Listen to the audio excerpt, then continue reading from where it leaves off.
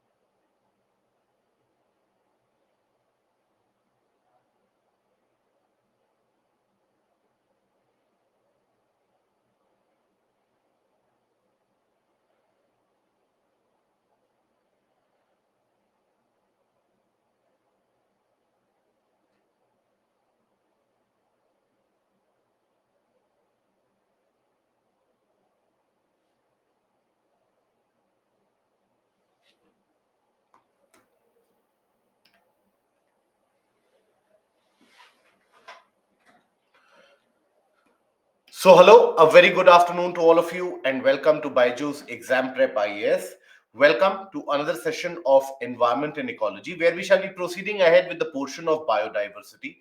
And then, as we move ahead, we shall be analyzing the other areas, for example, the protection measures, the various different principles involved, the aspects of wildlife sanctuaries, national parks, biodiversity reserves, and also biodiversity heritage sites is something that we will be taking a look at, and then we shall be analyzing how to cover the portion of the critically endangered species, something that oftentimes gives us nightmares overall. So, those are the areas that we are going to cover, and then eventually we are going to come to the portion of international laws and conventions. And how is it that these international laws have been framed? What are the requirements of these international conventions when we talk about? And then we will also be discussing the portion of the previous year questions. So today we shall be taking up as many previous year questions as possible, the prelims previous year questions, also a couple of mains type of previous year questions if we can. So that is what we are going to cover today. So till now, any issues that you have been facing in this particular portion of environment and ecology, any of the issues that you are confronted with, please let me know, or please let us know during the course of the session as well. Pranay, initially we have to choose important news in newspaper, so that you don't have to do a selective analysis of that. So over a period of time, when you are regular with newspaper, this will come automatically for you.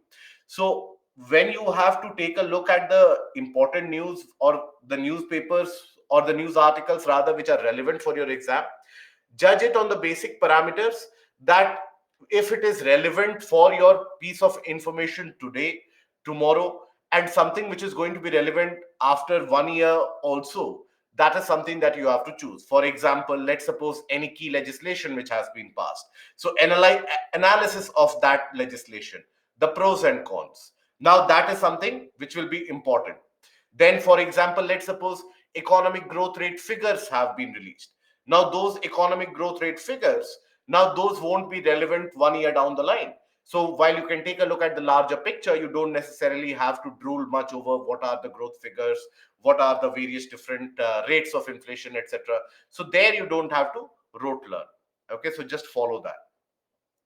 So now we start with the portion, or we will again repeat the portion of ecosystem engineers. Asif, I'm relying for current affairs on webinars and magazine and revising Thursday webinar. But that is fine, Asif, but I would still suggest to you get into the habit of reading the newspaper. The revision of what you have studied in the newspaper can be done with the help of these webinars, can be done with the help of these analysis and the magazines. But get into or get into a habit of at least looking through the newspapers. It will improve your own writing skill. It will improve your ability to look at the larger perspective, and the analysis that you end up making will be much more productive. Okay, these international conventions can be asked in the mains, can reproduce in mains, absolutely. You have direct questions which have been asked from the international conventions in the mains examination. So that is the point that you need to beware of and take care of. Okay. So now we will again revise the portion of ecosystem engineers. I went through down to earth, everything seems relevant. So basically, the relevance is in terms of down to earth, the relevance is not only restricted to environment ecology, it is associated with the portion of geography as well, and many portions of current affairs. Some areas of science and tech are also covered. That is why Down to Earth magazine is such a great requirement. Should I rely on my own reading of newspaper or Baiju's explanation of DNA? So do one thing. Ideally, I would suggest to you is that read the newspaper on your own and then take a look at the analysis video in order to have a better understanding of those viewpoints. Okay. See, even if you study or read through two articles, let's say a day, that also will be a good start initially when you have the initiation. So it won't be that from day one itself you will be able to cover the entirety of the newspaper.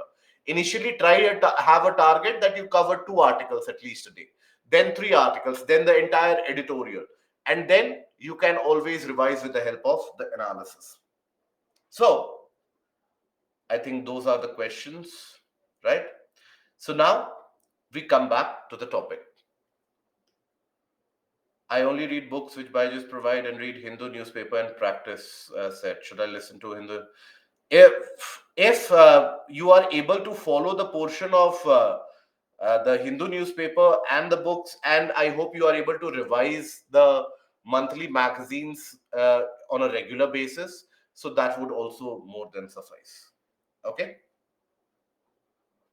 Hawaii Island forest fire. Yes, the forest fire which has happened in Hawaii, that will not immediately end up threatening the corals, but then it can in the long run.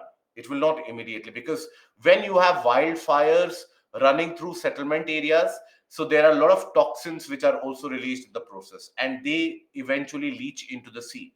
And that is where the damage comes from. Now, what do we understand by ecosystem engineers? So, ecosystem engineers, these are those particular species who are able to modify their surroundings or modify their own biology in order to shape the ecosystem around them. So, they are able to modify themselves and their surroundings in either of the cases. So, you have they modify their habitats through their own biology or physically changing the biotic and abiotic factors of the environment. Now, we had taken an example of this autogenic engineers. They modify their own environment by modifying their own biology. So, what is the example of autogenic engineers that we took a look at?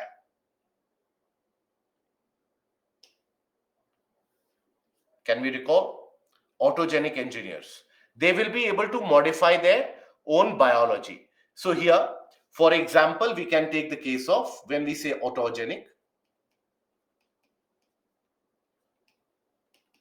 we can take the case or the example of trees. Now, the trees are able to modify their own biology as they grow up. Modify themselves as they mature. And this modification shapes the ecosystem.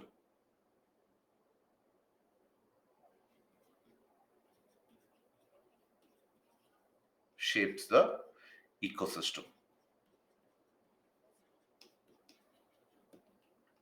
Okay.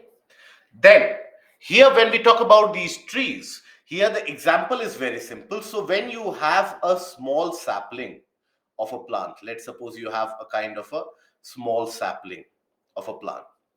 Now, at a stage when the sapling is very small, now there, the type of species which will inhabit this particular region will be very, very different. And as this sapling ends up growing significantly, as it grows and modifies itself into, let's say, a kind of a tree, as it matures.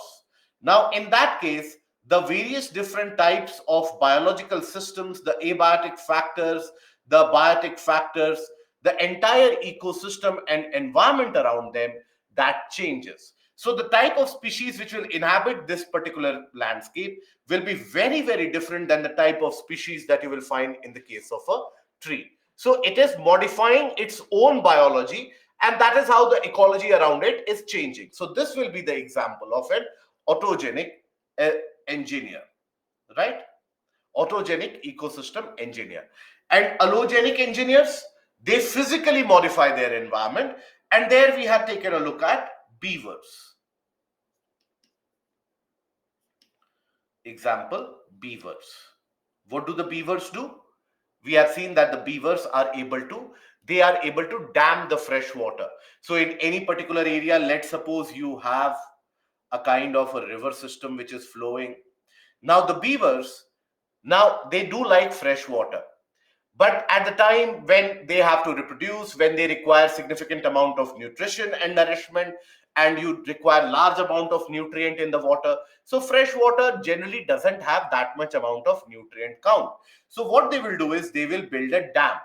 So by damming the river, they will end up creating a large area of comparatively static water pool. And there, the type of species which will come into existence, the type of plants which will start to grow, everything will significantly be changed.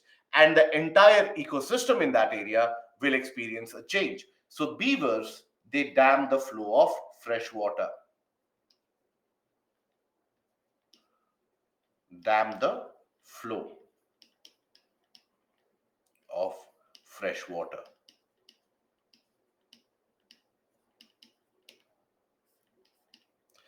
Okay. Now, these are your basic ecosystem engineers. Now, we also have invasive alien species. They are also oftentimes termed as ecosystem engineers because they themselves will also be able to modify their environment. And for their competitors, for the local species, for the indigenous species, that creates significant amount of various issues. Okay, so here, for example, we can take the case of eucalyptus. Eucalyptus, as it grows and matures, it will modify the ecosystem, whereby in the ecosystem you don't have any kind of, or the moisture level in the ecosystem generally comes down, because these invasive species, they are good at absorption of moisture. So here, absorb moisture.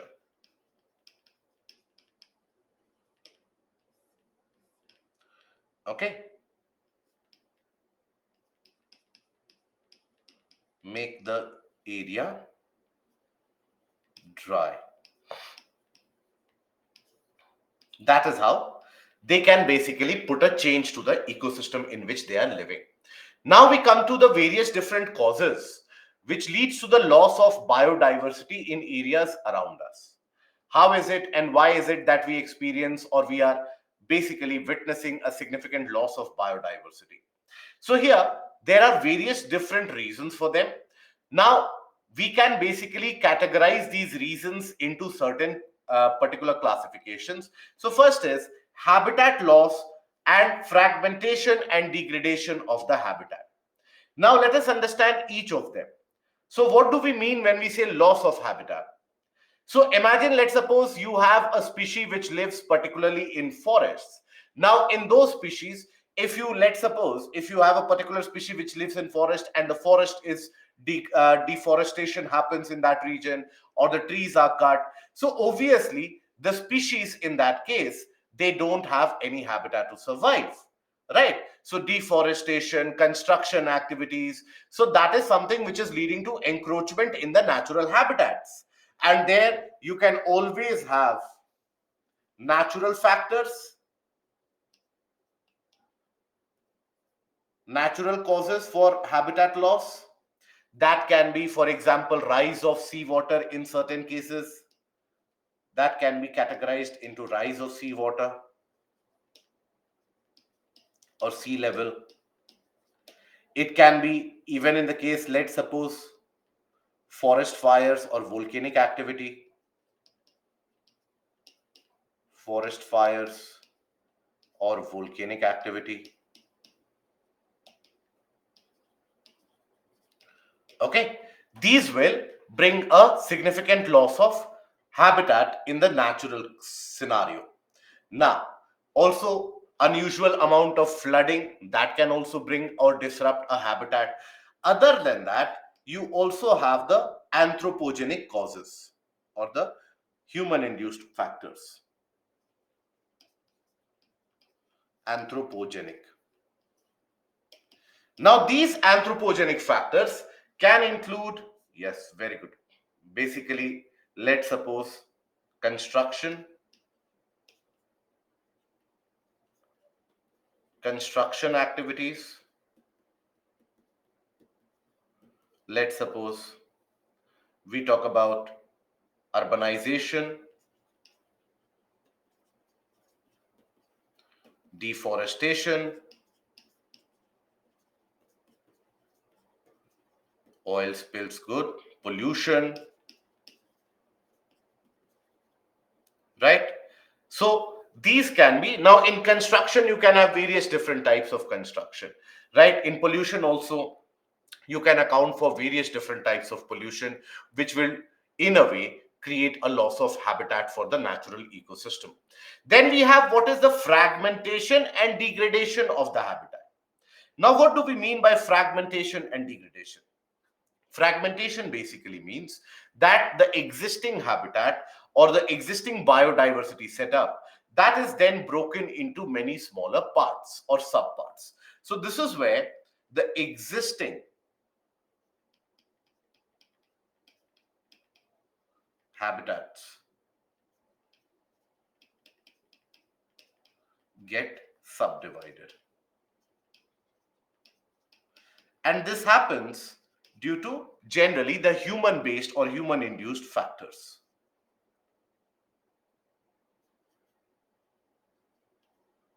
Human induced factors. So here, for example, let's suppose you have the existence of a larger habitat here. Let's suppose.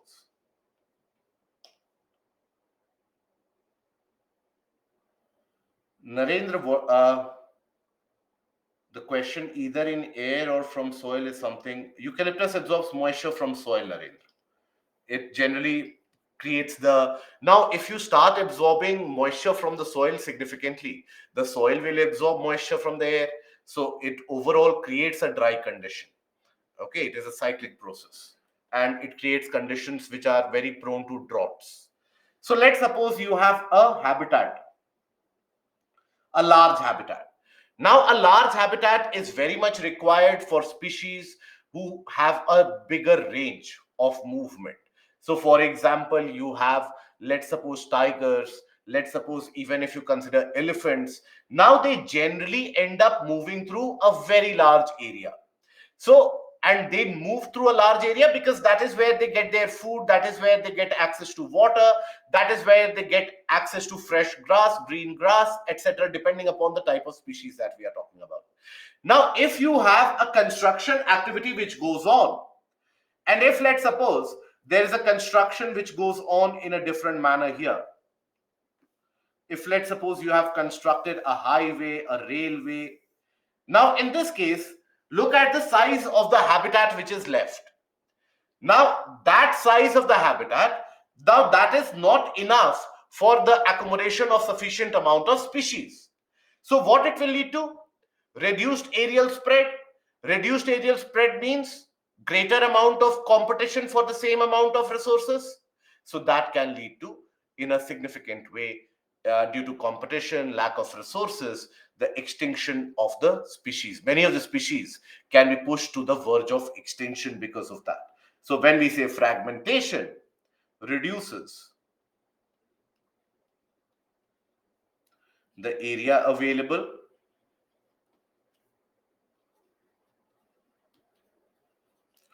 when the area available reduces, as a consequence, what do we have is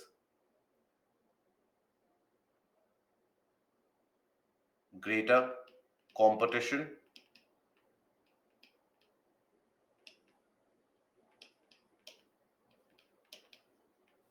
of for resources, and that will lead to threat to biodiversity. Threat to biodiversity.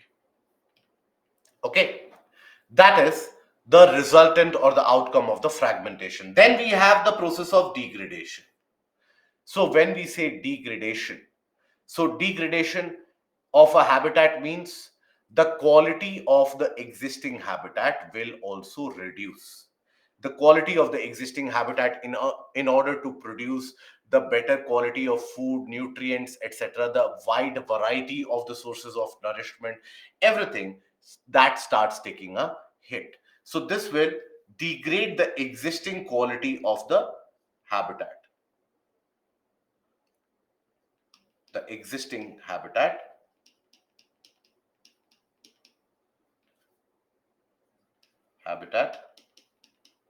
deteriorates.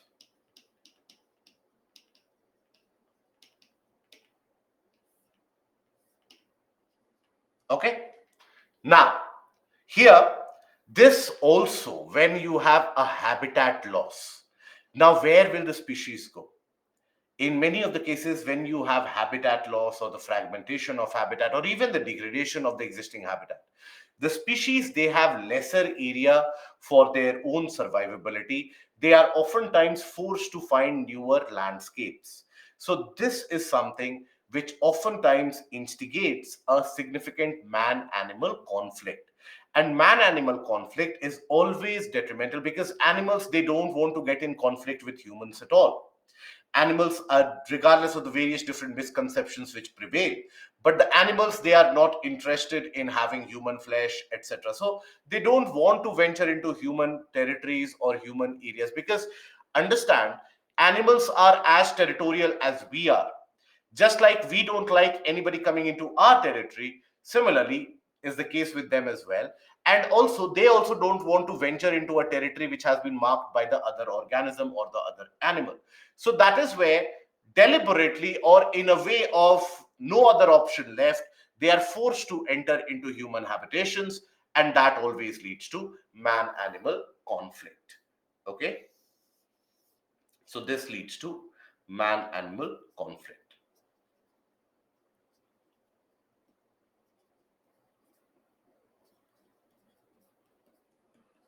Now, here, the other role or the other threat that the biodiversity faces is the invasive alien species. Invasive alien species are what?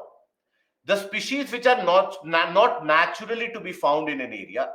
They are not natural to a particular region. Okay, none of these species, they are natural to an ecosystem or a particular area. But then these particular sets of species, they end up modifying that ecosystem, and they have a very faster rate of reproduction. They have a very fast metabolism, very fast rate of growth, and they put the indigenous species in danger. Okay, so here they have very fast rate of growth,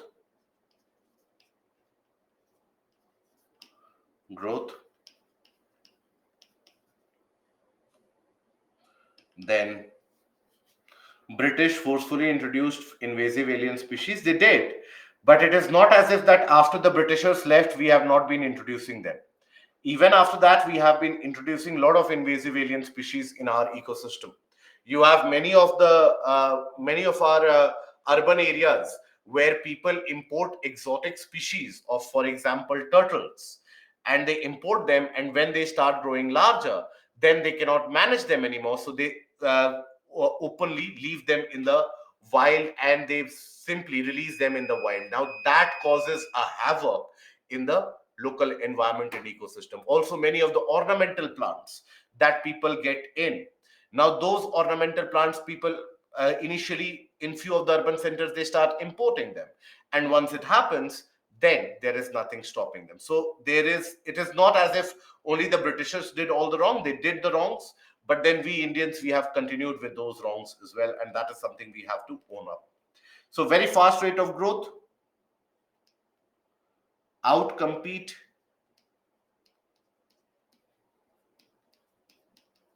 the rivals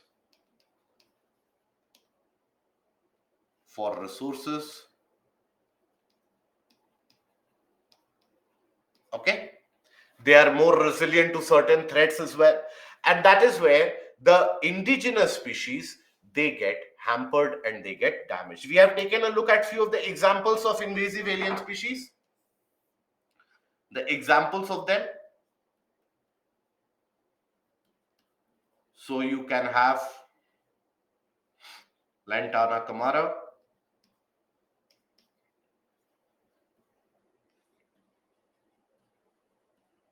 we can have Senna spectabilis,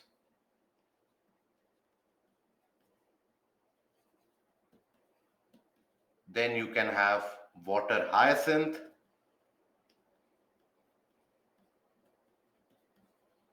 you have certain species of turtles as well. Then you have such examples prevalent across. One of these examples is the case of the Burmese python. And also in the case of Colombia, we have the case of rhinos as well. So does not mean that any particular species has to be for a particular category for them to be categorized as invasive alien. Any species which is not naturally found in an ecosystem, that is alien to that ecosystem. Now when we talk about that particular ecosystem, so there you have a significant amount of damage which is created. Why? Because of those particular species and how those particular species end up interacting, how those particular species end up behaving. So here you can take the case of the Burmese python. Now the Burmese python, they have been introduced into the region of Florida. Now Burmese python, obviously the name in itself is self-telling that when we say a Burmese python, it is typically to be found in the region of Myanmar and Burma. So in those areas, you have these pythons, their range restricted due to the vegetation and also the availability of resources, because there are multiple different competitors for the resources that the pythons consume, that is the small rodents, etc. Now, that is how the pythons and their population oftentimes is kept in check. Now, what was done was that in the Everglades region of Florida, now Florida is a warm area, it is a tropical region, southeastern part of United States. Now, that is where you have one of the largest wetlands of the world, what is referred to as Everglades. Now, Everglades is a kind of a marshy tract, some things that pythons absolutely enjoy, right? Small amount of water which is there, and there is a lot of plant and vegetation in which they can hide within that water itself, so where they won't be very easily spotted by the various different types of prey that they consume. So that is the kind of foliage, that is the kind of an ecosystem that the pythons, they do like. Now in the region of Florida, the farmers, they face significant amount of problem due to the pest infestation and the rodent infestation.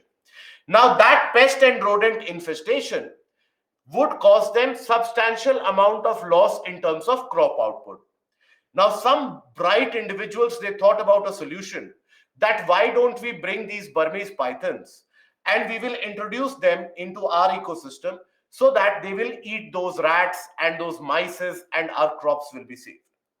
While they did bring them in, and these pythons, they started feeding on these rats. Now here the supply was still significant, but then after a few years, you have to understand that the tropical regions, they are oftentimes prone to excessive amount of flooding, and this flooding is something which encompasses a larger area. So in the Florida region as well, you had these frequent floods, and these floods introduced these pythons into the wetland ecosystem. They brought these pythons into the region of the wetlands, and that is where they got introduced into the Everglades wetland ecosystem. Now there, the species, They never had a kind of a predator like this for the smaller species. And that is where the pythons, they found endless supply of food with no competition, and they thrived. Their numbers exploded. Now, once the numbers will explode, what will the pythons do? They will try to explore newer areas. They will try to have or colonize newer areas. So that is where they started moving away. Few of them, they started moving away from these wetlands. And that is where they started consuming smaller domesticated animals, for that matter. And these domesticated animals, one by one, they started being consumed by the pythons. Now, then people did realize that, okay, this is a kind of a menace that we are facing. Now that the pests and the rodents are gone, but we are faced with a newer problem. And that is when these particular pythons, now they are being hunted down. There is a kind of a reward which is set that you have to hunt it down. So when the invasive alien species, their number grows, they bring about a kind of a population interaction, which we have studied earlier as amensalism. What do we understand by amensalism? Where for one species it grows significantly, but for the other species it is detrimental. So this promotes amensalism.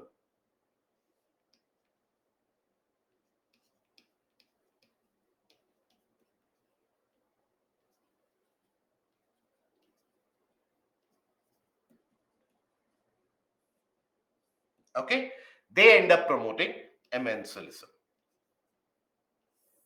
Then the other threat, you have the threat of pollution as well.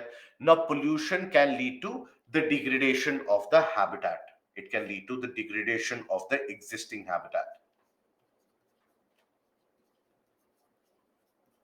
Degradation of existing habitat.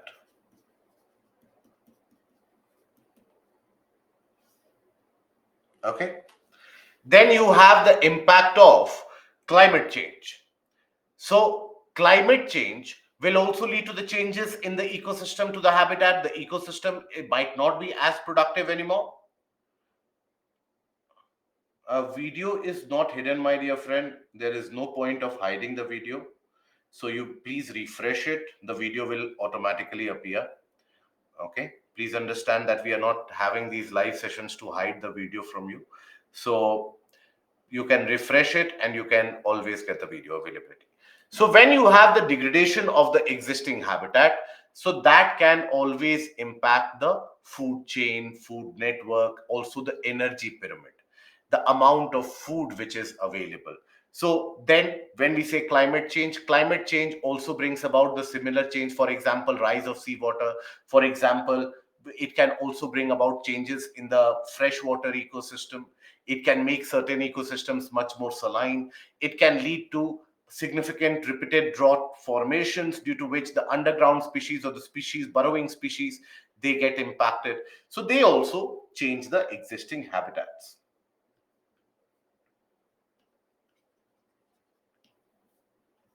The existing habitats.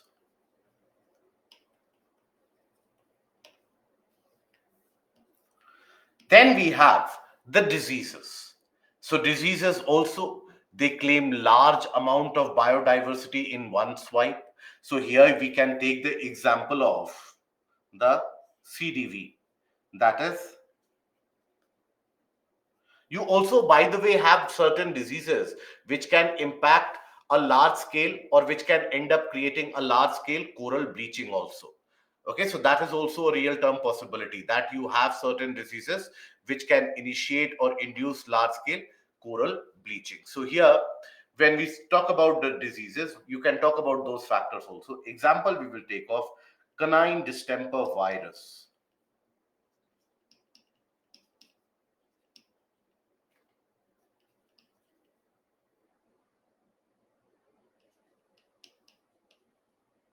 Okay, now this has impacted which particular population? We have talked about this in the last weekend. This canine distemper virus has impacted which population? Which kind of species? Perfect. No, not cheetahs. It has impacted the lions, African lions. So in the 90s, in the mid 90s, around 1994, you had, I hope you are able to understand that you have or we are aware that we have a very large area of protected region, that is the Serengeti, right? So Serengetis in Tanzania, they are a very large landscape for these various different species.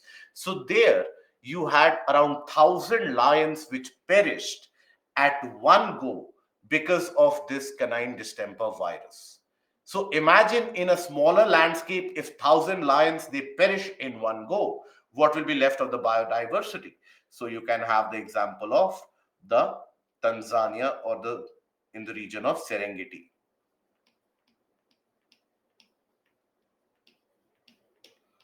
Tanzania.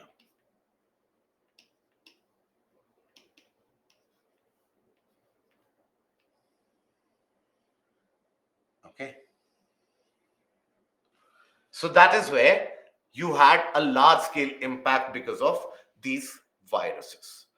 Then after that, we come to IUCN. IUCN or International Union for Conservation of Nature. Now, this IUCN, it was established in 1948. Okay, this was established in 1948.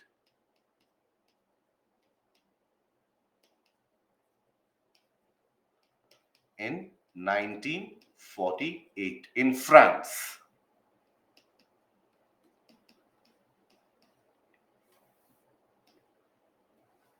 Okay, that is where it had been established.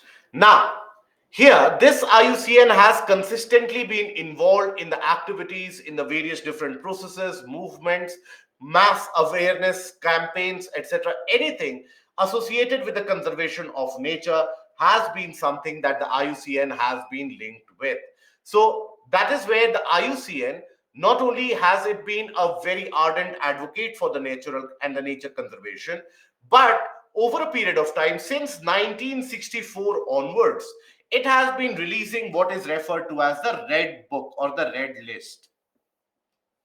Now, in that red list, you have the threatened species which are present. So that is the entire red list in which IUCN classifies based upon the certain criteria, obviously. It does classify the species into the categories, whether they are extinct in the wild, whether they are critically endangered, whether they are endangered, vulnerable, threatened. So that is the classification in general. So here, for example, extinct, not to be found anywhere anymore. Then, for example, you had extinct in the wild. For example, you have few of the species of turtles, tortoise, large turtles, the older like the Galapagos turtles. Now, they had been kept under conservation, a couple of species, but they were not to be found in the wild anymore. So that is the case of extinct in the wild, that only in the protected areas, to be found only in protected areas,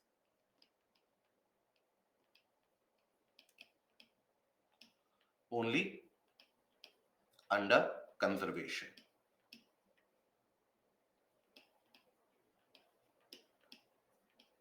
Okay. Then you have what is the critically endangered species. Those species whose numbers are dwindling really fast, and those particular species who require an urgent need for conservation, that is critically endangered. Then you have endangered, vulnerable. So overall, that as you move from this in this direction, the threat perception for the species increases.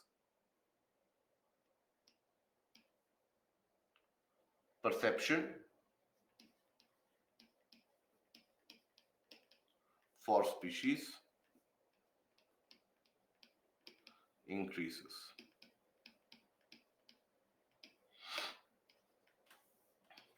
Okay, so that is what we refer to as the red list in general, and this is basically a creation of IUCN, and IUCN keeps on updating that list almost a couple of times every year. This list keeps on getting updated. Okay, so here what are the criteria or the conditions for the classification in the categories of the IUCN. So if you will observe here, to be classified under the portion of critically endangered, that means critically endangered means there is a need to provide urgent amount of care. So how do you do that? So basically, first of all, analyze the population of it. So whichever species has observed a population decline of 80 to more than 90% either in the past 10 years or for their past 3 generations. Okay, so either in the past 10 years or their past 3 generations, if they have experienced a decline of 80 to 90%, right? So here please understand the difference between 10 years or the 3 generations, whichever is longer. So you have certain species, for example, which have a shorter lifespan, few of the species which have a much longer lifespan. For example, certain species of turtles, they can live for 150 years. So there, how will you judge the decline in the number of species? You cannot judge them based upon only one generation. So wherever for the past 3 generations or 10 years, whichever is longer, there has been a population decline of 80 to or more than 80 to 90%. If that is the criteria, or if that is the condition, or if a population size of fewer than 50 individuals, if that is the condition, okay, population less than 50,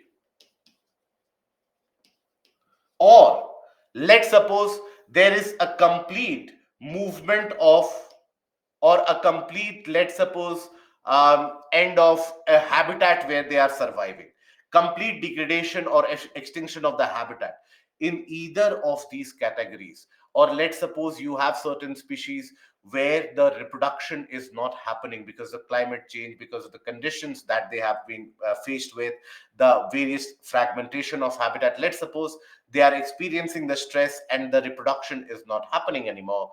So there also you have the species classified under critically endangered.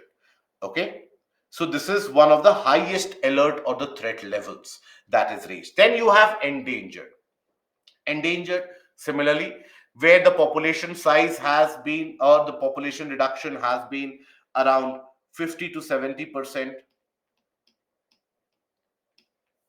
of reduction.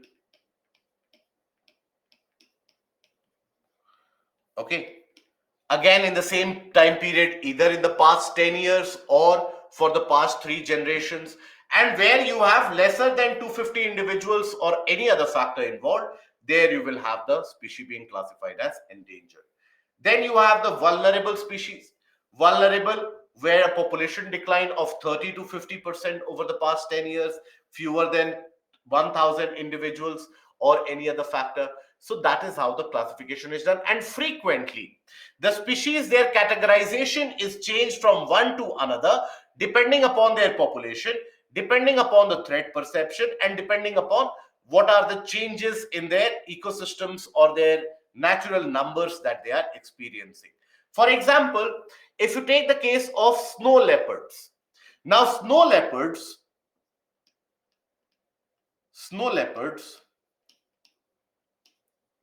now these are very elusive species. Elusive in the sense, it is not at all easy to spot them. It takes a significant amount of greater amount of research, greater amount of exploration to be able to search one or the odd snow leopards.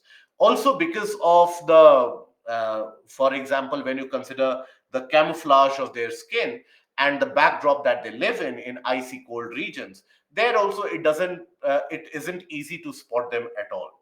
So these snow leopards, which are also referred to as the ghosts of the wild, now earlier, because the individual numbers were so very few which had been cited, they had been put under endangered. Now, over a period of time, it was understood that these snow leopards, they live in a very large landscape.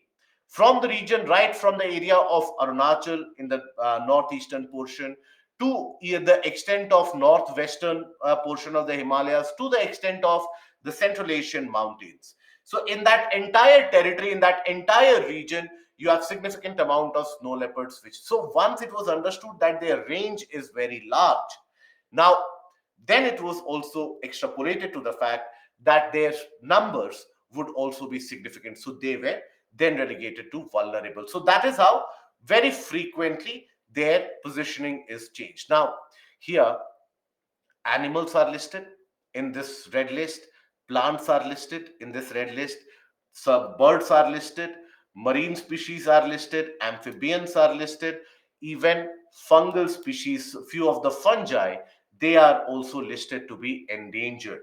So it is any species which is facing a threat of extinction. So that would be included in the IUCN. Any species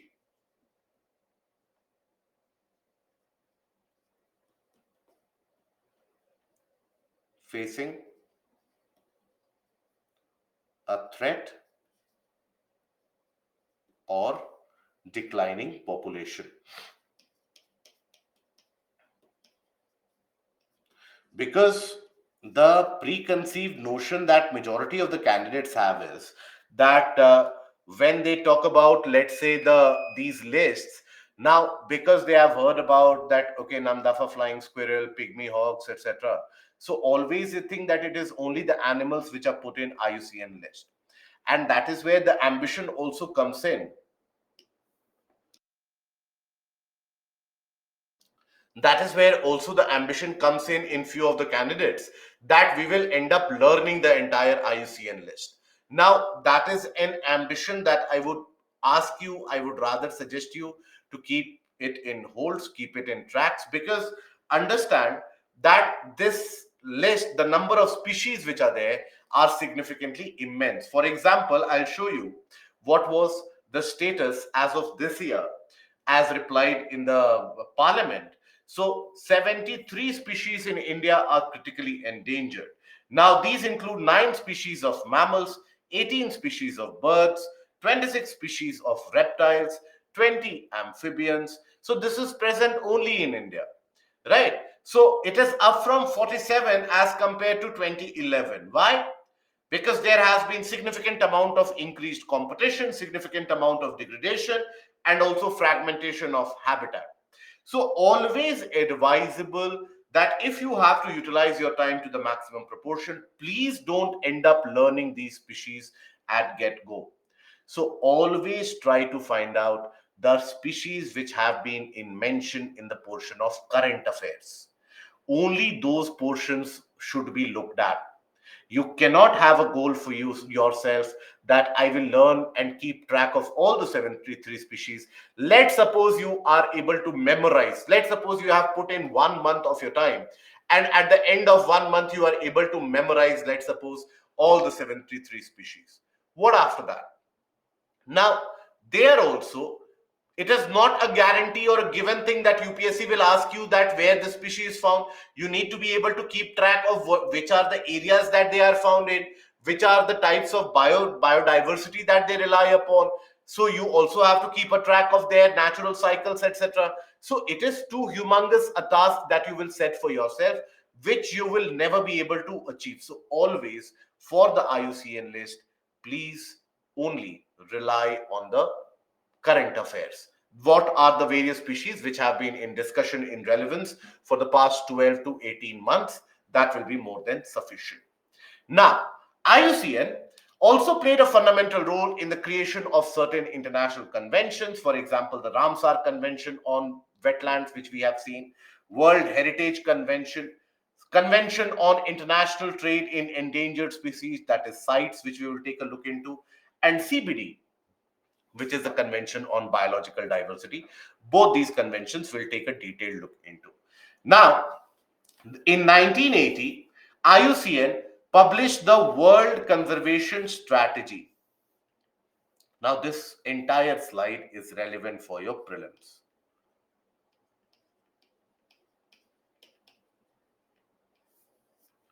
Okay, the organizations, the conventions that IUCN is associated with, that is something which becomes relevant for your prelims. Okay, so that World Conservation Strategy, that helped define the concept of sustainable development and thereby it shaped the sustainable development agenda. Because when we talk about, and as we will discuss about the Brundtland report going forward, we'll discuss about the Stockholm conference, sustainable development has always been in discussion. That discussion is something which was in a way encouraged right at the time of Stockholm conference itself. But eventually, what is sustainability? Sustainability is when you utilize a particular set of resources in a manner, in such a way that you are using that in a judicious manner. You have significant amount of resources left for the future generation as well. So the entire concept of sustainability is that the resources that you are availing, those resources and the choice of availing of those resources should be available for the future generation as well, without the degradation in quality of the resources. Right? So that will happen when you have judicious use, when you, so in majority of the cases now throughout the 70s and 80s and even through the mid part of 90s, the discussion which captured the entire global imagination was very simple. And that entire discussion and debate was around development versus environment. Even today, you will find that kind of discussion and debate going on. Just a moment.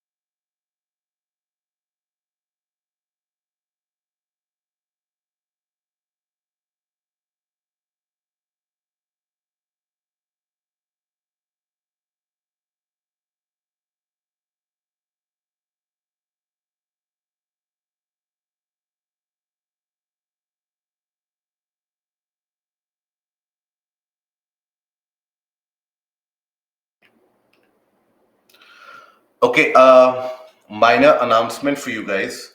So, today, the lunch break that you will be having will be from 2:15 to 3:15. Okay.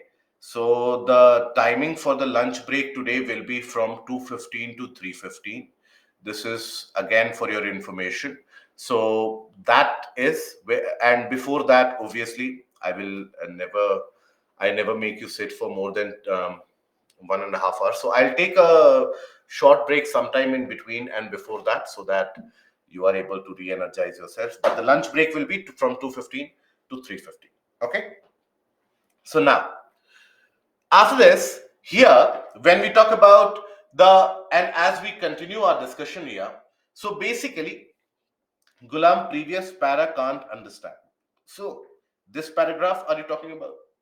So, this is very simple, that for all the various different conventions, be it the Ramsar Convention, be it the sites, or be it the CBD, in all these conventions, IUCN plays a very important role, has played an important role in the very formation of these organizations as well.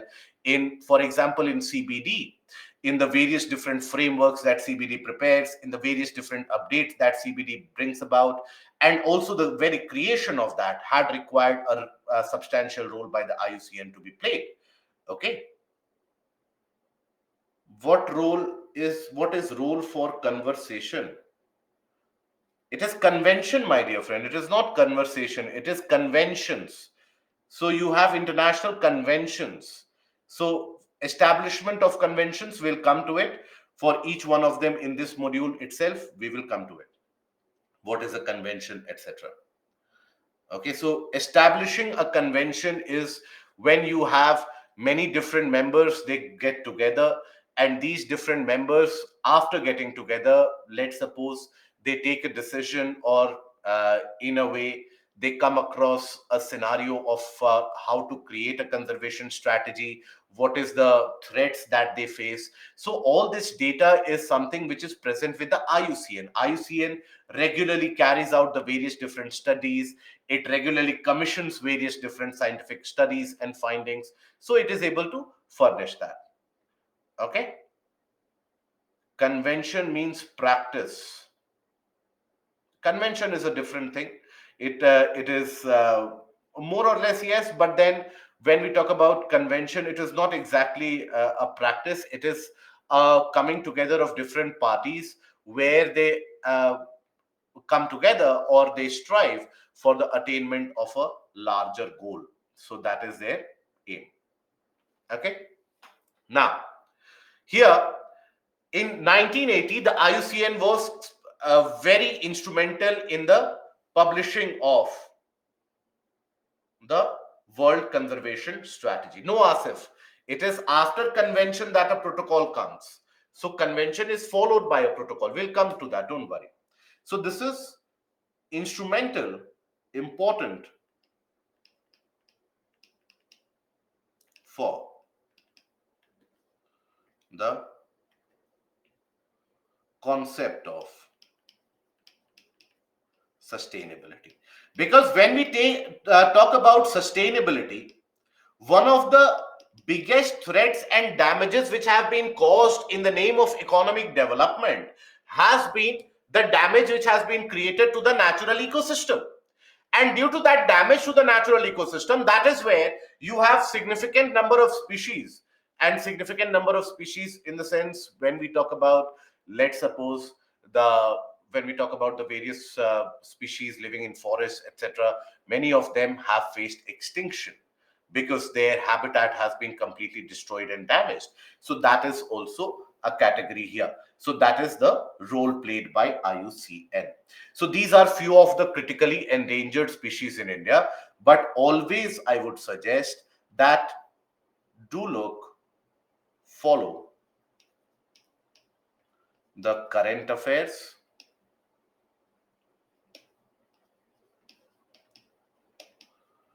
addition or removal which has happened in the past year, or removal which has taken place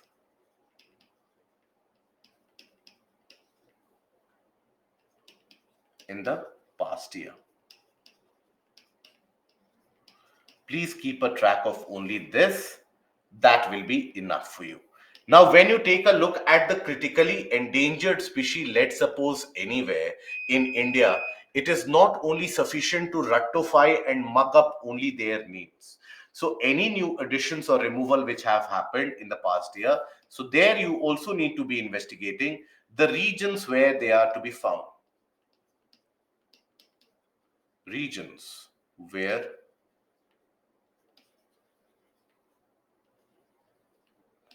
they are to be found. Okay. That also needs to be looked into. So few of the species, for example, you have Elvira rat. Elvira rat is found in which part of the country? So Elvira rat is a kind of a rodent which is found in the rocky terrains in the peninsular part of the country. In certain plateau regions around Maharashtra, that is where you'll find these rats. Then you have the Namdafa flying squirrel. Namdafa flying squirrel is again critically endangered to be found. Obviously, the name in itself is foretelling in the Namdafa region of Arunachal Pradesh.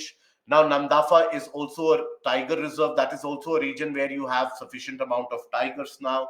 Then you have a civet species, which is nocturnal in nature. It looks like a fox, slightly overgrown fox, and that is the Malabar civet.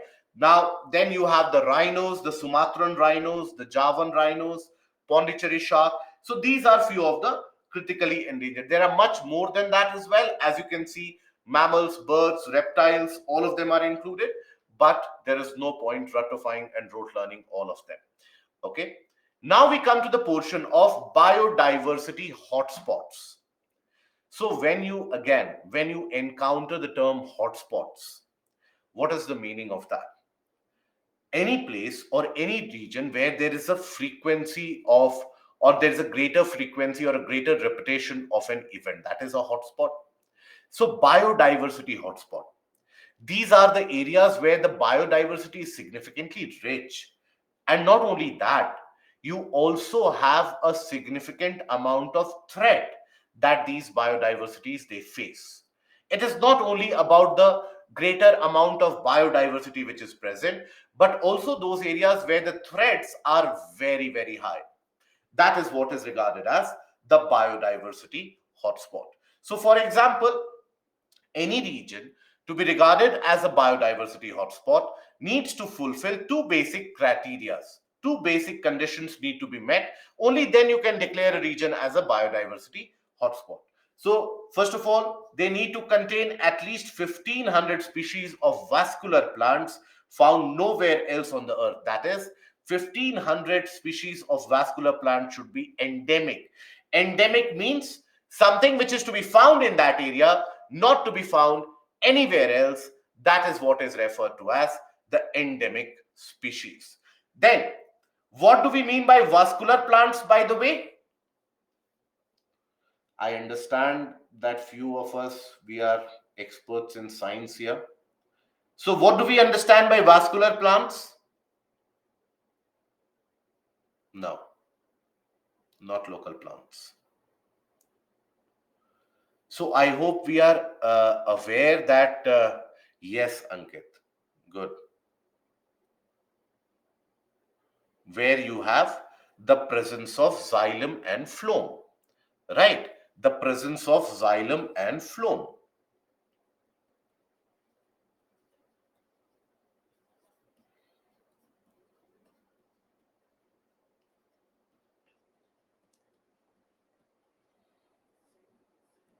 Okay, so this is where these plants, they are the more developed or evolved plant species who are able to transmit or move water, food requirements, nourishment requirements through the vessels within their body, the plant tissues which are present. So at least 1500 species of plants should be absolutely endemic, not to be found anywhere else, and would have lost 70% of its primary vegetation, would have faced a threat or an extinction of at least 70% of the primary vegetation naturally found in that area. So that automatically gives you an idea that these will be significantly endangered. Okay, significantly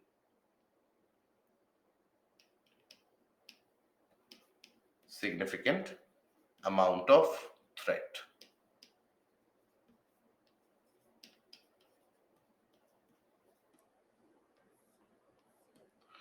Okay, then after that, here around the world, you have 36 areas which qualify as the biodiversity hotspots. And these are not nation centric. Understand this. These are regions. These are not defined by the national boundaries. Let me clarify that. Many of the times we confuse ourselves between the biodiversity reserves and biodiversity hotspots. Both are very different. These are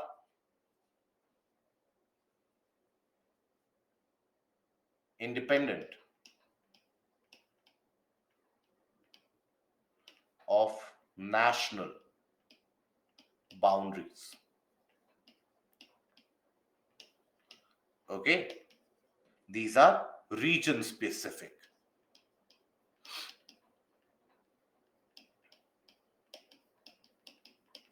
Okay, so these are region specific, and the entire purpose of defining them as hotspots is to increase the level of awareness and increase the level of conservation. So declared to increase the level of conservation.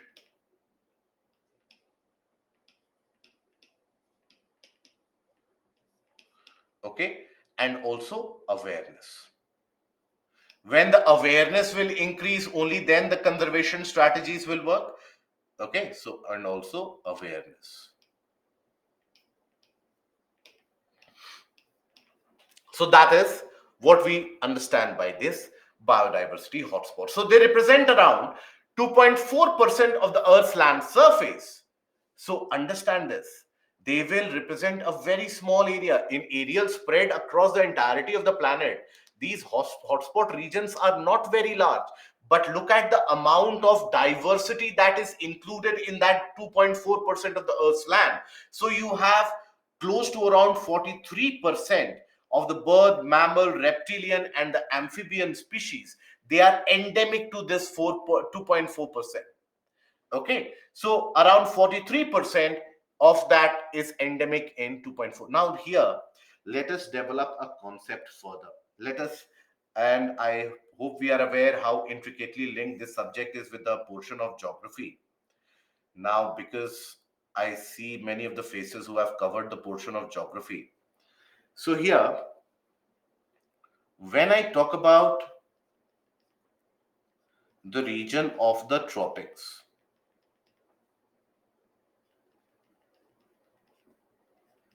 let's suppose I talk about the region of the tropics. And then I talk about the temperate zone. Obviously, I hope we have a clarity that polar zone or the polar areas, they won't have that amount of biodiversity. But when I talk about temperate regions, so out of the tropics and the temperate region, where do you think that the biodiversity will be greater? Not the population. I'm talking about diversity. Out of the tropics and temperate, where do you think the diversity will be greater?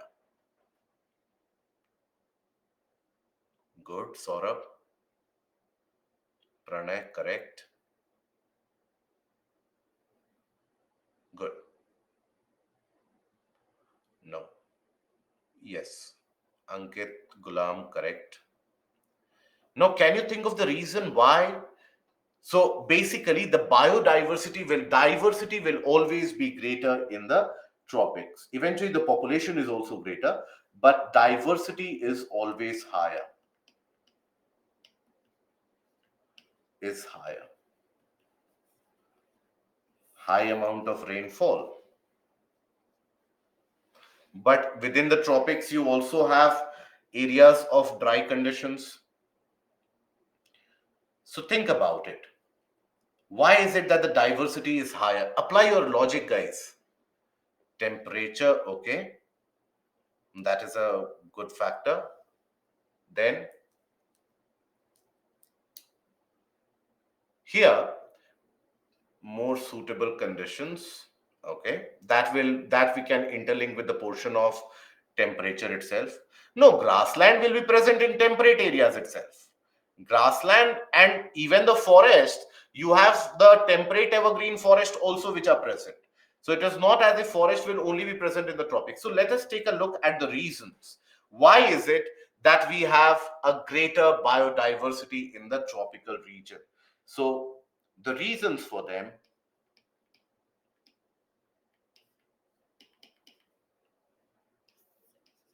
so that you don't get confused later on. So what are these reasons about? So the reasons for them are twofold. Understand them. First of all, throughout the year, when we talk about the difference in temperature between the summer and the winter months, the difference in temperature will be greater in the temperate areas or in the tropical areas. What do you think? Where is it that you will find a greater difference of temperature? That winter is much cold, summer is much hot. Where is it that you will find a greater variation in temperature? Always in temperate areas. Whereas in the region of the tropics, you have a consistency of temperature which is maintained. The difference in temperature between the summer and the winter months, that is not very substantial in the region of the tropics. So the species, they always like it, and you have greater number of species which will always follow the conformity that they are not able to regulate. We have seen earlier in the first module itself that you have a larger proportion of species who do not or who are not able to regulate, who simply conform to the changes. So such kinds of species will always like those areas where the temperature range is quite consistent throughout, isn't it? So here, temperature conditions, or rather than temperature conditions, let us have a broader canvas coverage by saying conditions are consistent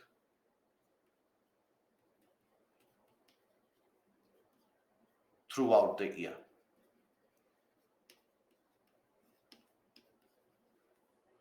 Okay, so throughout the year, so that means better adaptability, yes.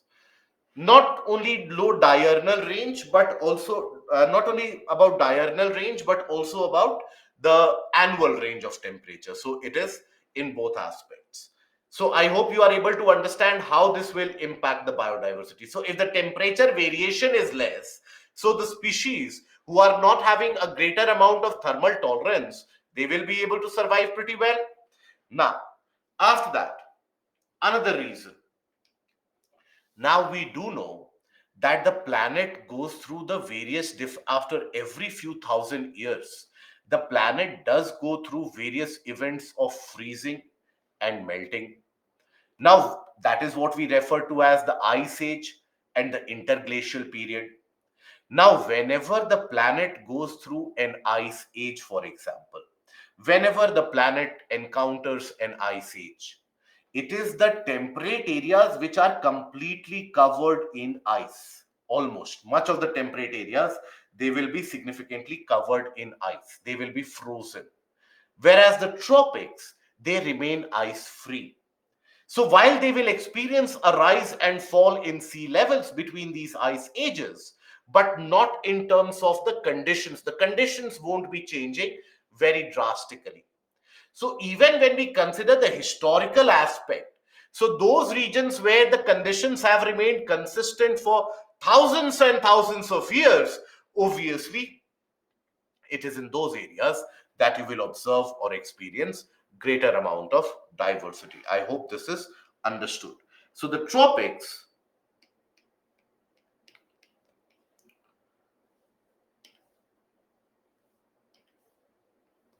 have experienced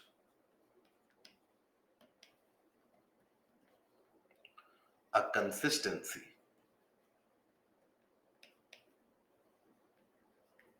of temperature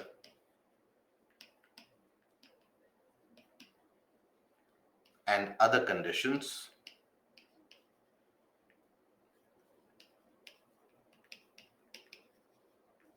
through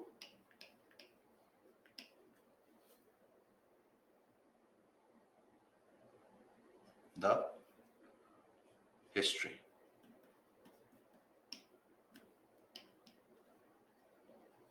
The geological history of the planet. So there they have had a significantly consistent temperature and other conditions which have prevailed, and that has allowed for greater biodiversity to happen. I hope this is clear. So these are your, now by the way, does that mean that there won't be a biodiversity hotspot in the temperate region? Absolutely not. You will have the biodiversity hotspot which is present even in the areas of the temperate region. Okay, so for example, take the case of New Zealand. In that area also you have a biodiversity hotspot. So biodiversity hotspot, while it is majorly dominant in the tropics, it is also to be found in the temperate region. While majorly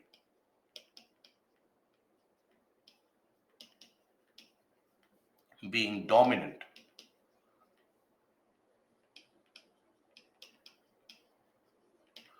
in the tropics,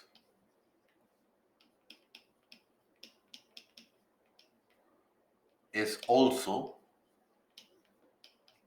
to be found in temperate areas. Okay. Okay. Now, after this, these are the biodiversity hotspots that lie or come across India. So, first of all, you don't have to learn these biodiversity hotspots. Please don't learn this. If any biodiversity hotspot, say it gets into conversation due to the portion of current affairs, that is a different matter altogether. But please don't make it a goal that I will learn all the 36 names. I understand the urge that you will have, but try to curb it up. So you have four different biodiversity hotspots which are present or spread across the country. So they are also spread in the surrounding regions, but some part of those hotspots will also lie over India. So which are those? You have the Himalayan hotspot,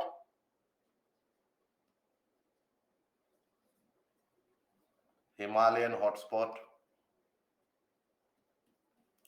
Then you have the Indo-Burma.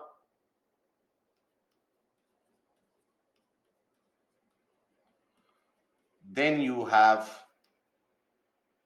for example, the Western Ghats and Sri Lanka.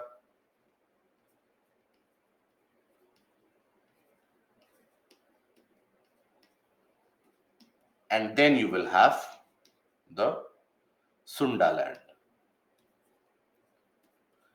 So when we talk about the Himalayan hotspot, it represents an alpine ecosystem or a high altitude ecosystem which is present. That is what we refer to as by the Himalayan hotspot, the high altitude ecosystem which is present. So here you will find, for example, brown bears. In certain cases, you will also find the snow leopard to be spread over. You will find orchids, ferns.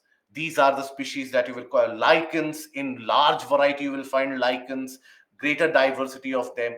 So all of these are present in very large varieties. You have few of the medicinal plants which are to be found, which have recently been discovered in the region of Himalayas, and they have been put into the portion of the critically endangered, one of them, which has found to be a kind of a natural detoxicant, and it can carry out the natural detoxification of your blood, etc. So that is included in the case of the Himalayan hotspot.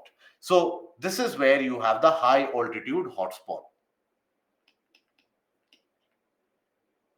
Altitude habitat. Okay. And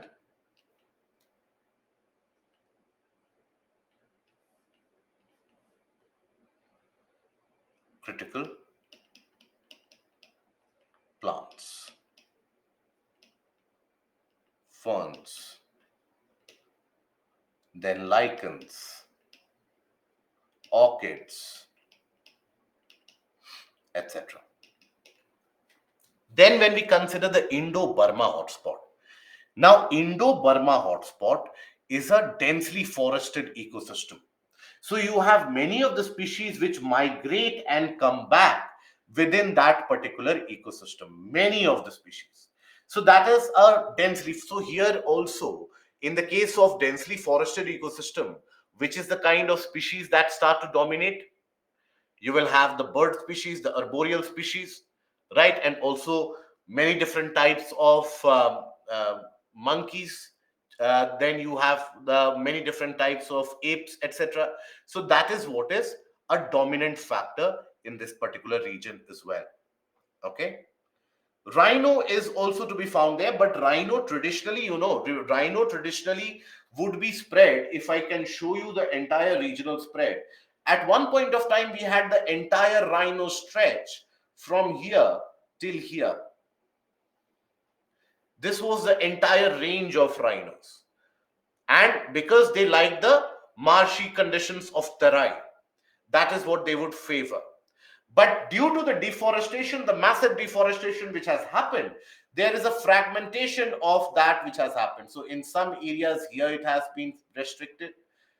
In northern portion of Bihar, some parts of Bengal, it has completely been extinguished. And now the rhinos are restricted only in these two stretches.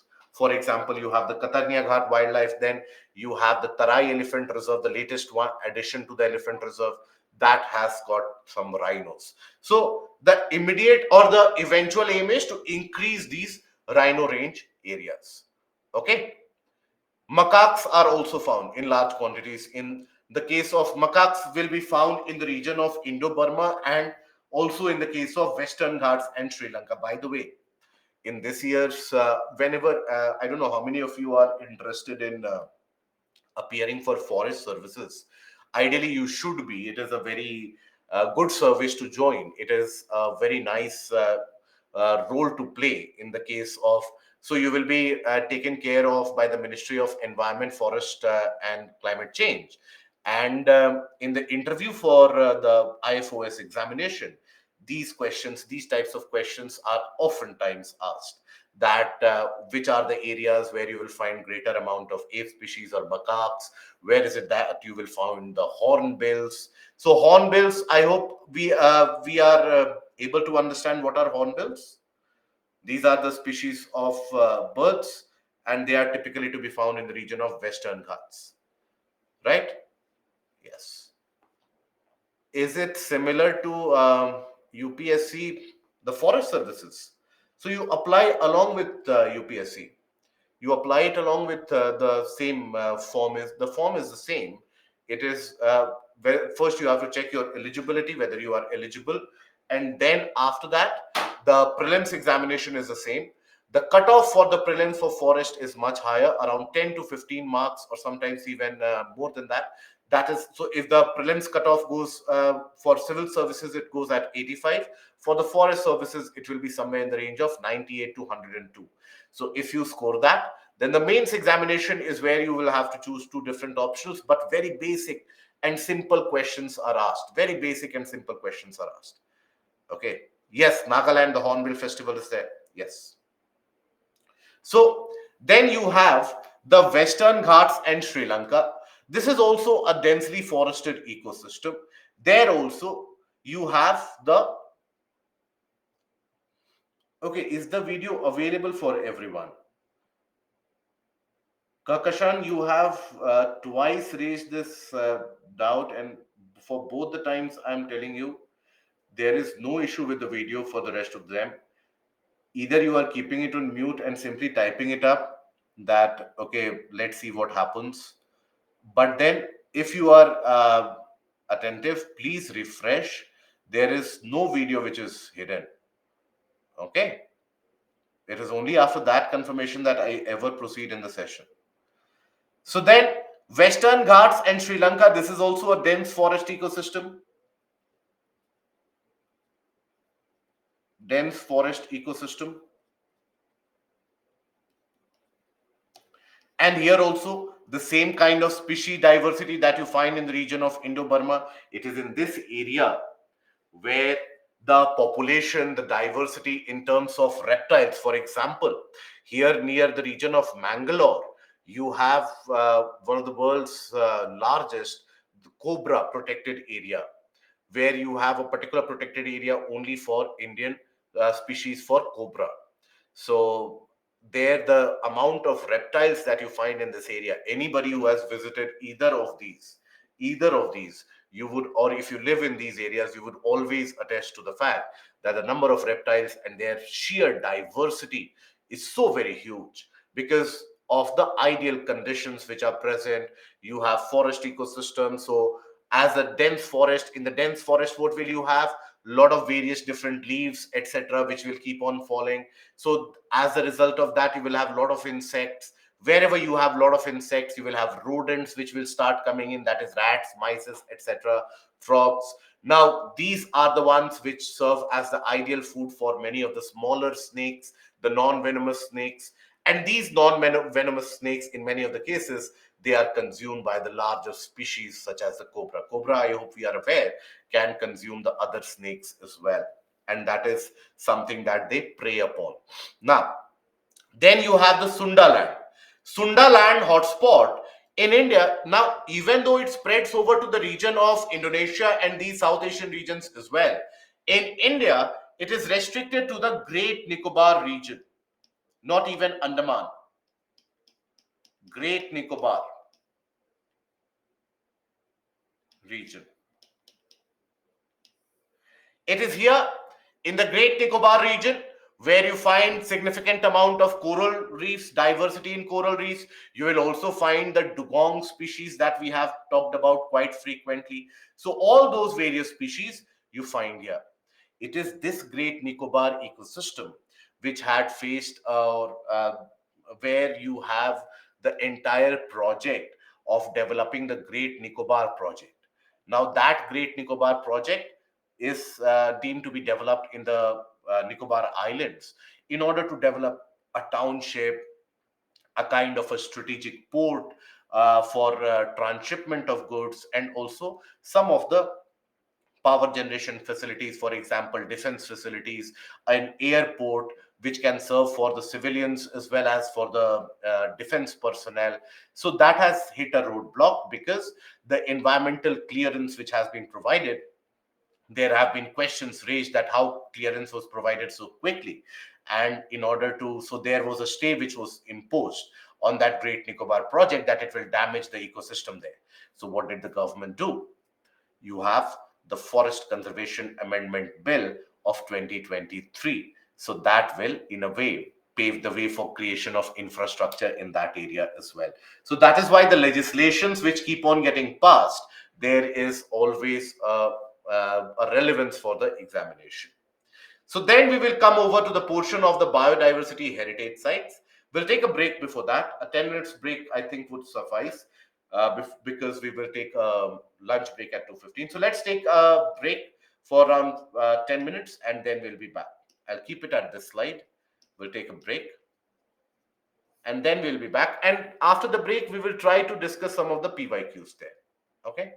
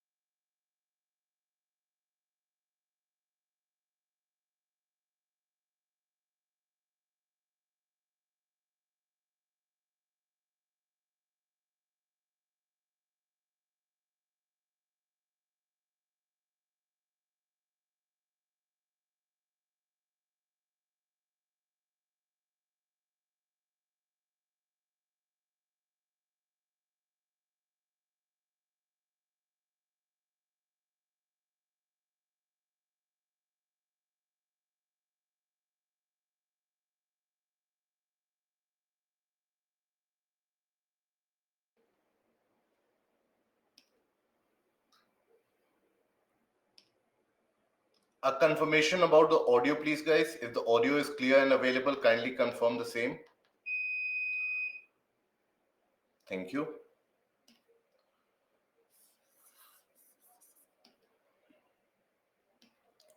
Lunch break will be at 2:15, 5, 2:15 to 3:15.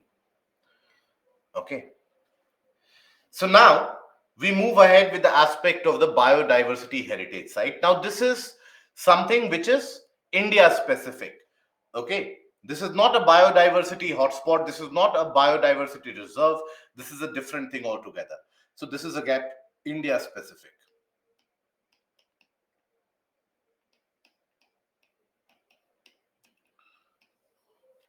So here, these are the areas, these are well-defined areas that are unique or that represent unique and ecologically fragile ecosystems with a significantly high amount of diversity of wild and domesticated species, presence of rare and threatened species, and also the keystone species. So these are declared as per the Biodiversity Act of 2002, because the various different protection areas and the protected areas, as we will take a look at it later on as well. Now majority of them, they are under or they come under the provision of the Wildlife Act 1972. But the biodiversity heritage sites, they come under the provisions of the Wildlife, or rather the Biodiversity Act of 2002. Biodiversity Act of 2002.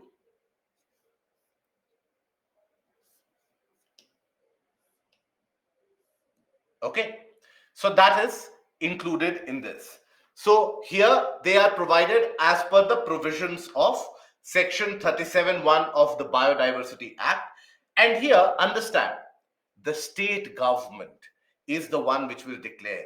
So the state government may, from time to time, in consultation with the various different local bodies, that is the local bodies, that is your panchayat and the various different, even the rural local bodies, urban local bodies in certain cases, the gram sabhas in certain cases. So after consultation with those local bodies, that is when they notify it in the official gazette, and that those are the areas of biodiversity importance.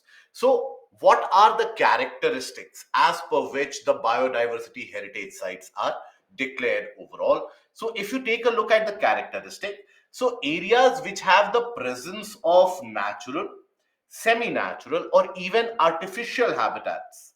So it is not as if only natural habitats or natural ecosystems will be prevalent.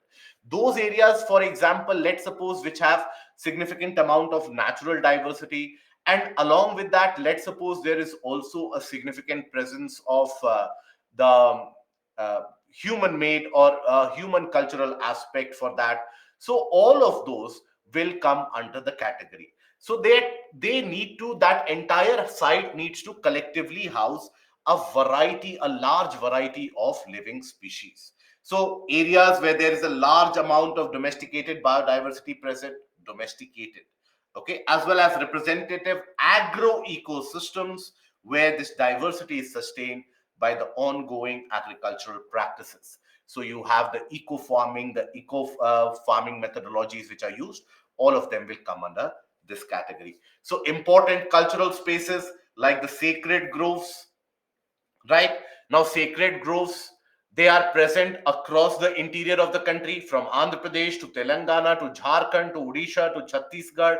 So these sacred groves, they need significant amount of conservation, not only because of the biodiversity that they end up representing and housing within themselves, but also the sheer scale of the man environment relationship that they are a mascot of, that they end up representing, being a mascot of. So as well as other sizable community preserved areas, so are regions that are noteworthy for the perspective of biodiversity. So urban green spaces, wetlands, so these criteria you need to be aware of when you take a look into the aspect. So here when you take a look into the aspect of, let's say, for the prelims examination. So important for prelims.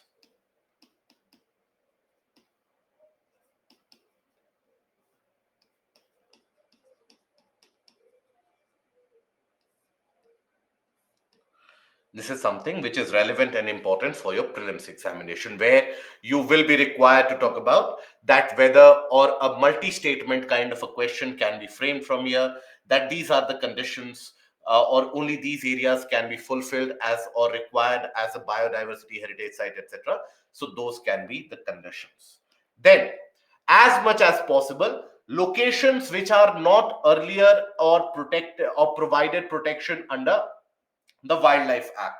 So, Wildlife Act, under these provisions, you end up creating conservation measures and conservation areas. So, you have conservation areas under this. So, for example, you will come across national parks,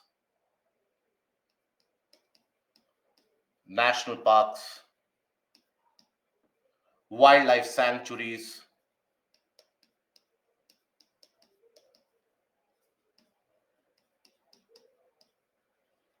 then marine protected areas,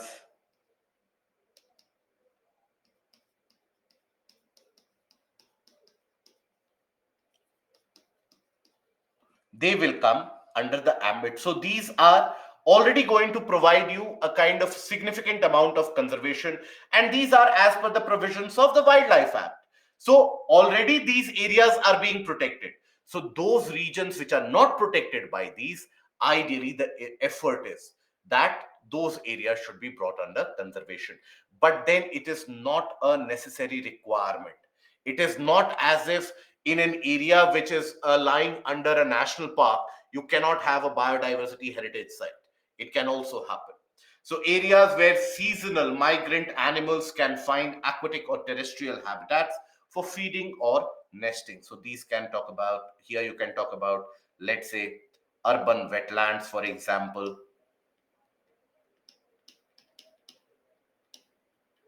then backwaters, right? So in these areas also, you can have a biodiversity heritage site. Areas that the forest department's research wing maintains as preservation plots where research can be carried out. Now research in these areas encompasses what? So when you carry out research in these protected areas or in the forested region, so the research is basically to understand their ecosystem. Research is carried out to be able to understand what are the various linkages which exist. So that is where the research factor comes in.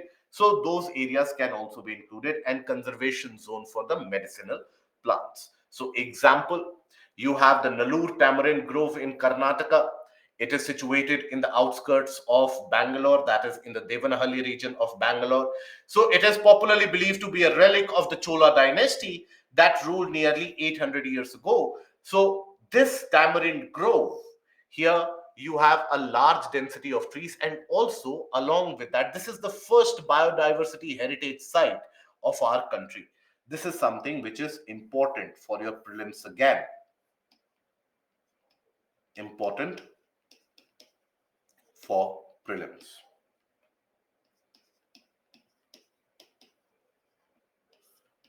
Okay, so when we take the case of the Nallur Tamarind Grove, so here you will also find a cultural landscape which requires conservation. You have very ancient or the representative of the Chola dynasty itself. You have the presence of very unique kind of sculptures and very unique kind of places of worship which have also been preserved or conserved in these areas. Then another example you can take of the Hogrekan region in Chikmagalur. So in Chikmagalur in Karnataka, so that is Hogrekan. So this area has a shola vegetation. Shola vegetation is basically a kind of a forested landscape that you find in the southern part of the country, primarily in the Nilgiris, where you have a kind of an evergreen system due to the high amount of moisture available at a greater altitude. So that is the shola vegetation. So here you have the shola vegetation and grassland with several floral species which are unique and have a lot of medicinal value. So Hogrekan also serves as the wildlife corridor. Now, what is the concept of wildlife corridor? So we do know that the species, they end up migrating over larger landscapes in order to get an availability of the food, for availability of adequate conditions, water availability in the drier seasons. So let's suppose you have a habitat or a forested region here. Let's suppose you have another forested region here. Now the species, oftentimes they will end up moving in between these areas. Now there is always a kind of a wild patch or a kind of an ecosystem patch that these species will end up availing. So if this is one of the habitats, so let's name this as habitat 1. Let's name this as habitat 2. This is your wildlife corridor.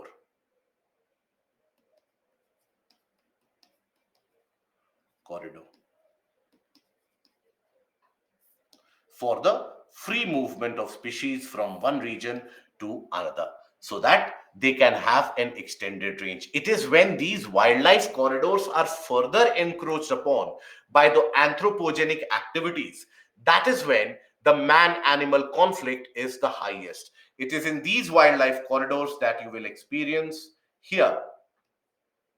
This is where maximum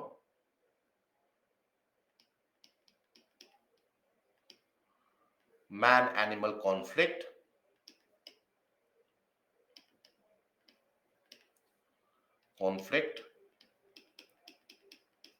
is witnessed. Okay, you have the entire list that you can access again at WII Invest. This particular site is something that I had suggested and recommended to you for everyone interested in keeping a track of the national parks, wildlife sanctuaries, tiger reserves, wetland ecosystems, biodiversity heritage sites, marine protected areas. All that is available. This is the government website. So if you are interested in that list, you will find that. But here again, I would suggest to you that oftentimes, other than the first biodiversity heritage site, the other biodiversity heritage sites, if they have been in news, if they have been in discussion in some part of the past year or in the duration of around 12 to 18 months, that becomes relevant. So only track the portion of current affairs. Track the newer additions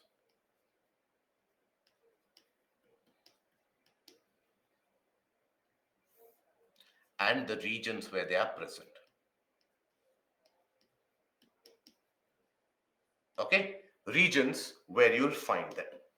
Then we come across what is referred to as mega diverse countries.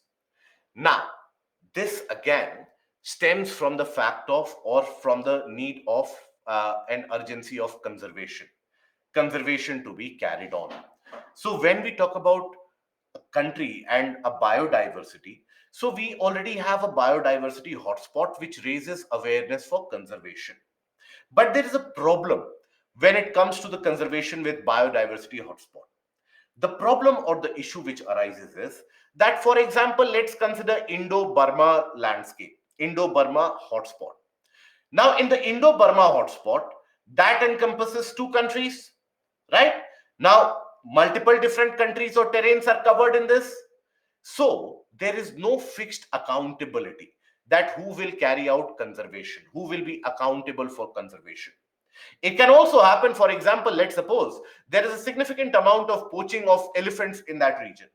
So Myanmar can always turn up and say that India is irresponsible, I am being responsible.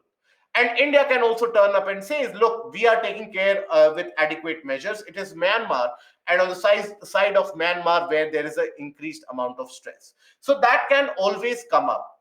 So that is why, in order to raise a larger scale of awareness, and also in order to increase the accountability for the process of conservation, you have the declaration of countries in themselves as mega diverse countries. That these are the countries where the diversity is very high. So this is a term which is used to refer to the world's top biodiversity rich countries. The diversity, the species diversity, in that the genetic diversity is very high. So in this case, species and genetic diversity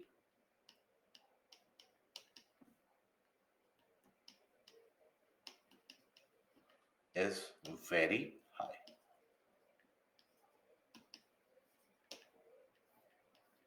Okay. Now, this country focused method, it raises the national awareness for biodiversity. So if, let's suppose, India is declared, and India is a mega diverse country. So if we consider India as a mega diverse country, now in that case, obviously, there will be a greater national awareness. There will be a greater national effort to preserve that biodiversity, to prevent the biodiversity from facing the various different threats, isn't it? So that is where it outperforms the objective of a biodiversity hotspot. So for biodiversity conservation in nations with higher amount of diversity and with many species which are unique, which are endemic, these are your mega diverse regions of the world. As you can see, and this is something that I always ask people to look into, you will observe that the entire region of Europe has not been included. These are the so-called champions of climate change, the so-called champions of natural conservation, but in their own landscape, they have gotten rid of the biodiversity. So this is like, I will do whatever I want in my area, but you should take care of the biodiversity. You should not carry out anything where the biodiversity is threatened, let alone what I am doing in my own backyard. That is where I'm not accountable. So that is the ideal case of hypocritical approach for the conservation of biodiversity. So there in the region of Europe, they have already managed to put into extinction and clean out a large portion of biodiversity which would at one point of time roam freely in this area. So here, what are the conditions required for a country to be declared as a mega diverse country? What are the conditions required? So first, they should have at least 5,000 of the world's plants as endemics, to be found only in the region and nowhere else. To be found only in that region and not to be found anywhere else.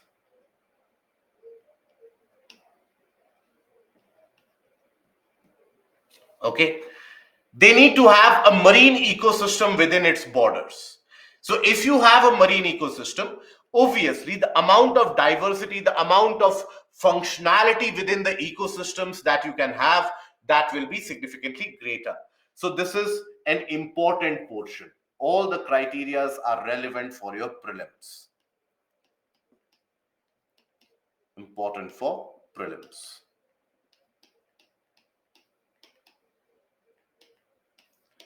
Then other secondary criteria which can also be taken, for example, the endemism of the various other kinds of animals, mammals, birds, reptiles, species diversity, higher level diversity in terms of the various different organisms, ecosystem diversity, functional diversity. So all those various diversities, they are also kept in mind. But the primary two of them are these two. These need to be fulfilled for any particular country. Only then will it be declared as a mega diverse country. Then we come to the portion of extinction. So extinction is what? When we say a species has gone extinct, means that species is not to be found anymore, right? So that is what is extinction. Now, species which have come into existence across this planet, majority of them, more than 90%, more than around 99% of them, they have been extinct as well. There have been many different species which have been created long before the humans came into existence, and they went extinct long before the humans came into existence. So there have been various different stages. So as the conditions change, as the evolution happens, there is also creation, or in a way evolution of a newer set of species. That is what is referred to as speciation. So when we say speciation, it is about adding species into the ecosystem. So speciation, it is a continuous process. Is a continuous process. Now that speciation is a result of evolution and also changing environment.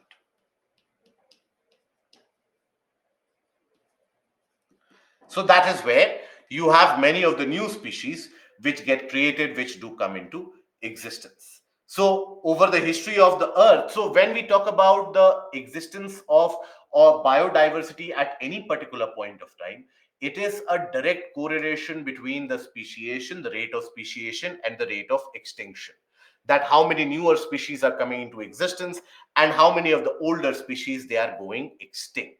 So the species getting removed, the species getting added, it is a difference between two, and that is where you will observe the net addition. So over the history of Earth, in excess of 90% of the species, or close to 99%, are estimated to have gone extinct. Now, there have been various different sudden changes which have happened across the Earth's ecosystem going back hundreds of millions of years. So, for example, there have been various different phases of sudden oxygenation. There have been phases of intense volcanic activity. There have been even events of asteroid collision. So, they have at one point of time and at one go, they have managed to eradicate large number of species at one go. So that is what we refer to as mass extinction, where at one go, majority of the species which were to be found in a region, when they have suddenly become extinct, that is what we refer to as mass extinction. So compared with the duration of life on Earth, no genus survived for very long. The longest lived genus or the species, they persisted for about 160 million years, or only around 5% of the history of life. So when we say a mass extinction, it is the time period in which a large percentage of all known species at a particular point of time, they go extinct or they are completely wiped out. Now, throughout the history of the planet, we have experienced five major phases of mass extinction. The sixth major phase of mass extinction is something that we are experiencing now, right? So, in all these cases of five major mass extinctions which have happened earlier, the last major mass extinction happened at a time when the dinosaurs were wiped out. So at that particular point of time, you had the conditions which changed so suddenly and so rapidly because of the collision of an asteroid with the planet. That is when the conditions changed very drastically and rapidly at the same time. So in many of the cases, so how do we get to know that a mass extinction has actually taken place? How do we get to know about that? So by study of the fossils and the remains of the fossils. So when we talk about, let's say, the fossils here, now when we have the paleontologists with the help of the carbon dating, they are able to determine the age of the fossils, and that is how they are able to deduce what is it that the animals would consume, what is it that the animals would have as their diet, where is it that they would have lived. All of that deduction is made accordingly. Now, when you start carrying out these studies, you will find that suddenly there is a period after which, let's suppose, the fossils of a certain species of animals are not to be found anymore. Right? For example, take the case of dinosaurs. Dinosaurs, why I'm taking the repeated case of dinosaurs is because most of us from our childhood days, dinosaurs is one of those species along with the woolly mammoth, etc., which has captured our imagination quite vividly. Now here, these dinosaurs, they lived on the planet for more than 100 million years. Now these particular dinosaurs, you will find multiple different varieties of them. Recent findings have also indicated the presence of very large dinosaur fossils, even to be found in the deserts of Jaisalmer in Rajasthan. So, all these dinosaurs, they were spread across the planet. and they were spread in also in terms of the time period. It is not as if all the dinosaur fossils are of the same time age. They are spread, but nowhere will you be able to find a dinosaur fossil which is, let's say, younger than 65 million years.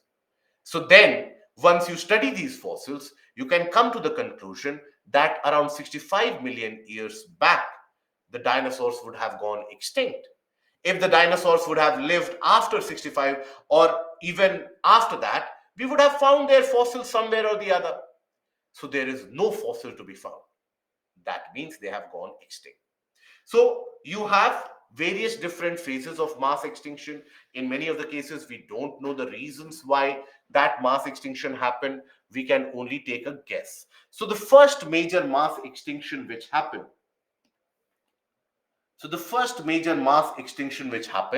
was close to around 440 to 450 million years ago, where close to around 60 to 70% of all the existent species at that point of time, they went extinct.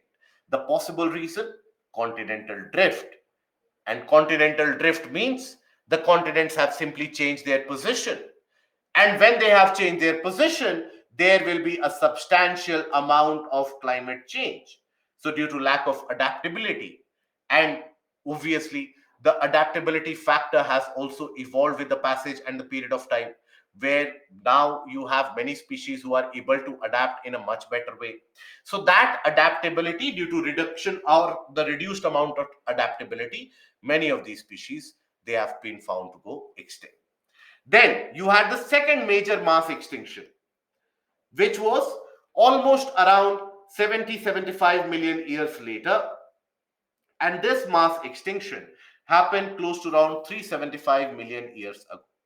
Here again, majority of the species, 70% of the existing. So imagine if in today's dimension, 70% of all the species they have gone extinct. Means what? You will not find many varieties of trees, many varieties of plants and animals and birds that you encounter on a daily basis. They will not be found anymore. So that is where here the probable cause, we don't know the exact cause. With a greater amount of research, maybe 10 years from now, maybe 20 years from now, we will be knowing much better. But as of now, we don't know that much because there is not a significant amount of evidences to indicate what really happened. But the probable cause could be caused due to lack of oxygen in the oceans, quick cooling of the air temperature, right? Quick cooling of air temperature, possible volcanic eruptions, or even meteor strikes. Now, if you have any of these, that is volcanic eruption, or let's say frequent meteoric strikes, it will create a huge plume of smoke that can block the availability of sunlight. When the sunlight is blocked, then what will happen to the plant species? Their population will be lesser. And obviously, the producers, they are now by this point of time, around 375 million years ago, we did not have many of the large forest areas that you see. Forest areas were not developed significantly. That started developing close to around 350 million years back. And that is when large scale forest development started happening. Okay, many of the large species of animals, they were not to be found. Then the third major mass extinction around 250 million years ago. At that point of time, almost 96% of all the known species on the planet, they went extinct. Then fourth major mass extinction around 200 million years ago. Suspected cause, major volcanic activity with basalt flooding. Basalt flooding, something that we observe even in the region of the Deccan Plateau. That is where you have the basaltic lava, the basaltic magma which starts spreading. That is what is basalt flooding. So here, sudden, it would cause global climate change, changing pH value of the ocean, sea level of the oceans changed because of that. And the fifth major mass extinction, which was created only around 65 million years back. So observe, every 100 to 175 to 150 million years, there has been a major mass extinction event. Okay, so this fifth major mass extinction, when it happened, that happened due to the asteroid impact. A large asteroid, it struck the region around Mexico, the Gulf of Mexico area, And that created such a huge amount of impact, because these large asteroids, when they strike, obviously they come with an incredible amount of heat. The heat produced is very high. So majority of the heat is so very high, for in the temporary duration of a small time, the temperature goes so high in that localized region that majority of that asteroid almost vaporizes. The land in that area almost vaporizes. It is as if you have thousands of these hydrogen nuclear bombs that you drop at the same time. So that much amount of energy is produced. So immediately it would kill all the biodiversity present in a large area. Okay. And then you have had the subsequent impacts and the subsequent effects, where you also had the impact of a large dust or large scale dust smoke which was created. And that dust smoke eventually again prevented the availability of sunlight, reduced the photosynthetically active radiation available for the plants, reduced the rate of photosynthesis. Many of the plants, they ceased to exist anymore, and they were pushed into extinction. Okay. And when the plants were pushed into extinction, many of the species of dinosaurs, etc. So the global climate change which was induced by the asteroid impact, that also had a significant role to play. Global climate change was induced.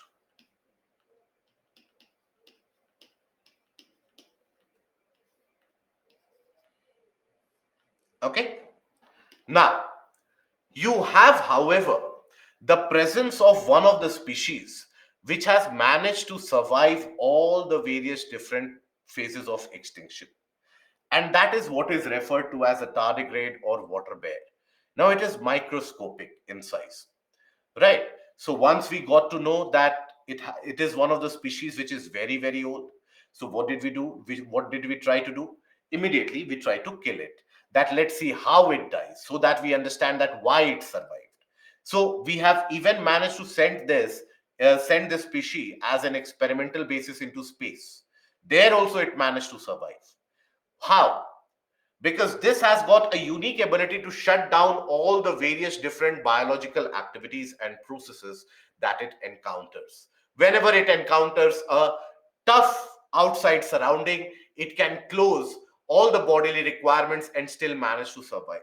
So it can survive in temperatures as low as minus 200 degrees Celsius without food and water, even extreme radiation of space for over 100 years without any evident discomfort. So that can be done by shutting down its body's requirement.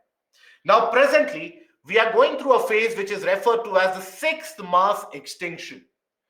And that sixth mass extinction is human induced. Human induced. Where by our own activities, we are creating a circumstance or a scenario where basically you have a significant degradation of the habitat, fragmentation of the habitat, and the existing quality of the habitats, they are getting polluted. Climate change is being exaggerated. So majority of the species, they have gone extinct. So current crisis is almost caused entirely by humans. And 99% of the currently threatened species are at risk because of human activities. So in the past 500 years, we know of approximately 1,000 species that have gone extinct. So imagine the number of species that have gone extinct that we are not even aware of, that maybe we'll be aware of by studying the fossils of them some 50 or 100 years down the line. So this is the one of the gravest threats that the biodiversity has faced ever since the extinction of dinosaurs. Okay, so we'll carry on further with the aspect of international conventions and organizations. We'll take a lunch break now. So we'll reconvene at around 3:15. Okay, take a lunch break.